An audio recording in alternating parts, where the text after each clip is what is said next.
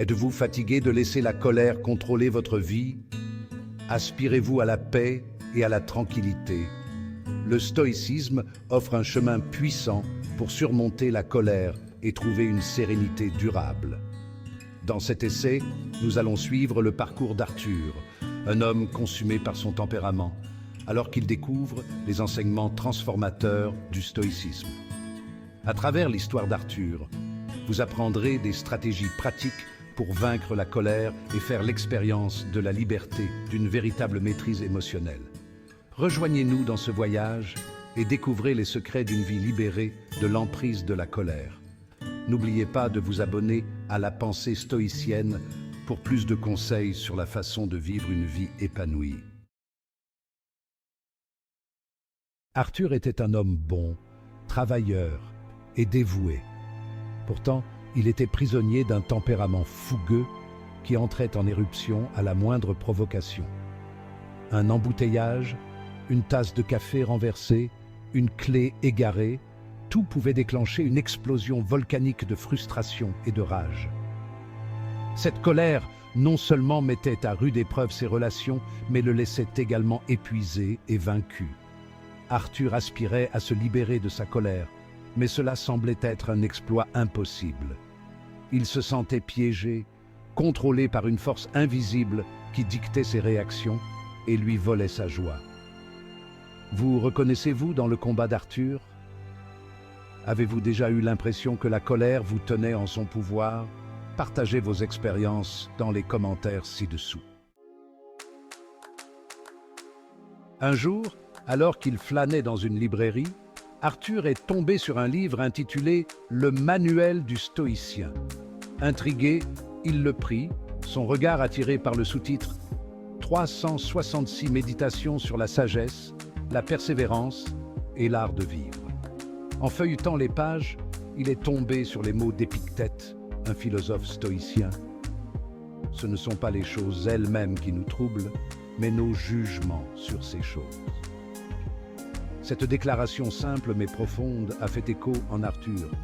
Se pourrait-il que sa colère ne provienne pas d'événements extérieurs, mais de ses propres interprétations? Il a décidé de se plonger plus profondément dans le monde du stoïcisme, espérant trouver les réponses qu'il recherchait désespérément. Le chemin pour surmonter la colère commence souvent par un seul pas. Êtes-vous prêt à faire le vôtre? En s'immergeant dans la philosophie stoïcienne, Arthur a découvert un principe fondamental, la dichotomie du contrôle. Le stoïcisme enseigne que nous ne pouvons contrôler que nos pensées et nos actions, et non les événements extérieurs. S'accrocher à l'illusion du contrôle sur des choses qui échappent à notre sphère d'influence ne conduit qu'à la frustration et à la colère. Cette prise de conscience a été une révélation pour Arthur. Il a commencé à comprendre que sa colère provenait de son besoin désespéré de tout contrôler et de contrôler tout le monde autour de lui.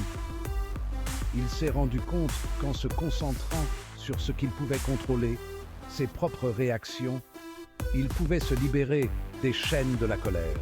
N'oubliez pas que le véritable pouvoir réside dans le contrôle de ce que vous pouvez contrôler, vos propres pensées et réactions. Section 5, le premier test. Un accès de colère au volant évité. Le lendemain, Arthur s'est retrouvé coincé dans un embouteillage frustrant. Son vieil ennemi, la rage au volant, a commencé à pointer le bout de son nez.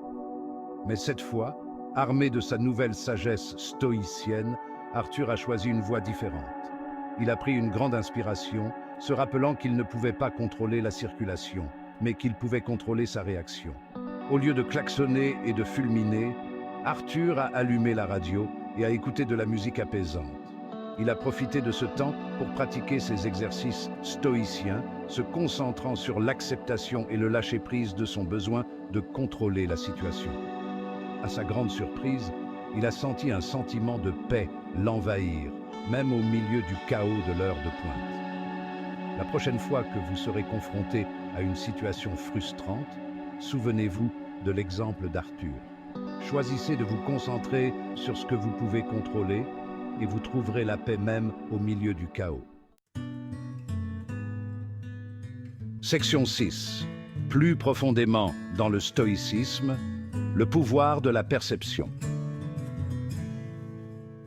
Le voyage d'Arthur dans le stoïcisme ne s'est pas arrêté là. Il a continué à dévorer les œuvres de Sénèque, Marc Aurèle et Épictète, chaque lecture renforçant sa compréhension des principes stoïciens. Il a appris le pouvoir de la perception, comment nos pensées façonnent notre réalité et influencent nos émotions. Il s'est rendu compte que sa colère provenait souvent de pensées irrationnelles ou exagérées. En remettant en question ses pensées et en recadrant les situations sous un angle plus rationnel et objectif, il pouvait désamorcer les déclencheurs qui alimentaient sa colère. Nos pensées ont un pouvoir immense sur notre bien-être émotionnel. Choisissez de remettre en question les pensées négatives et de recadrer les situations de manière positive. Section 7. Le deuxième test. Une dispute familiale désamorcée. Un soir, une dispute animée a éclaté entre Arthur et son frère. De vieilles rancœurs et des blessures du passé ont refait surface, menaçant de transformer le désaccord en une véritable guerre des mots. Mais Arthur, se souvenant de son entraînement stoïcien, s'est arrêté avant de réagir. Au lieu de répondre à la colère par la colère, il a choisi l'empathie et la compréhension. Il a écouté le point de vue de son frère, s'efforçant de voir la situation à travers ses yeux. Ce simple acte d'empathie a désamorcé la tension, permettant une conversation calme et productive. Arthur a réalisé que le stoïcisme ne consistait pas à supprimer les émotions, mais à choisir comment y répondre. L'empathie est un outil puissant pour désamorcer la colère. Essayez de voir la situation du point de vue de l'autre personne et vous pourriez trouver un terrain d'entente. Section 8. Trouver la paix au milieu du chaos. Alors qu'Arthur continuait à pratiquer le stoïcisme, il a remarqué un profond changement en lui. Il était plus calme, plus patient et moins réactif.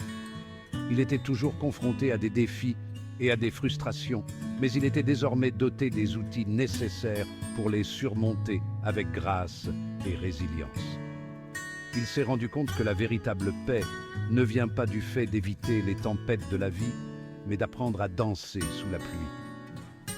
Le stoïcisme lui avait donné le pouvoir de trouver la tranquillité au milieu du chaos, de rester centré même lorsqu'il était entouré de turbulences.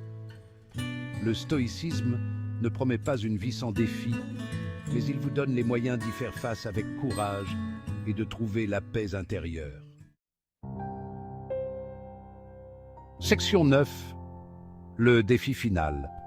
Une trahison pardonnée. Un jour, Arthur a dû faire face à son ultime épreuve. Il a découvert qu'un ami proche l'avait trahi. La douleur et la colère étaient accablantes, menaçant de briser la paix intérieure qu'il avait travaillé si dur à cultiver. Pourtant, Arthur a refusé de se laisser consumer par la colère.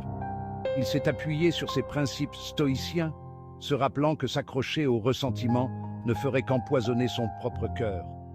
Il a choisi de pardonner, non pas pour le bien de son ami, mais pour le sien. Le pardon, a-t-il réalisé, n'était pas un signe de faiblesse, mais un acte de force, un témoignage de son engagement envers la paix intérieure. Le pardon ne consiste pas à excuser les actes répréhensibles, mais à se libérer des chaînes du ressentiment. Section 10. Une vie transformée. L'héritage stoïcien. Le parcours d'Arthur témoigne du pouvoir transformateur du stoïcisme.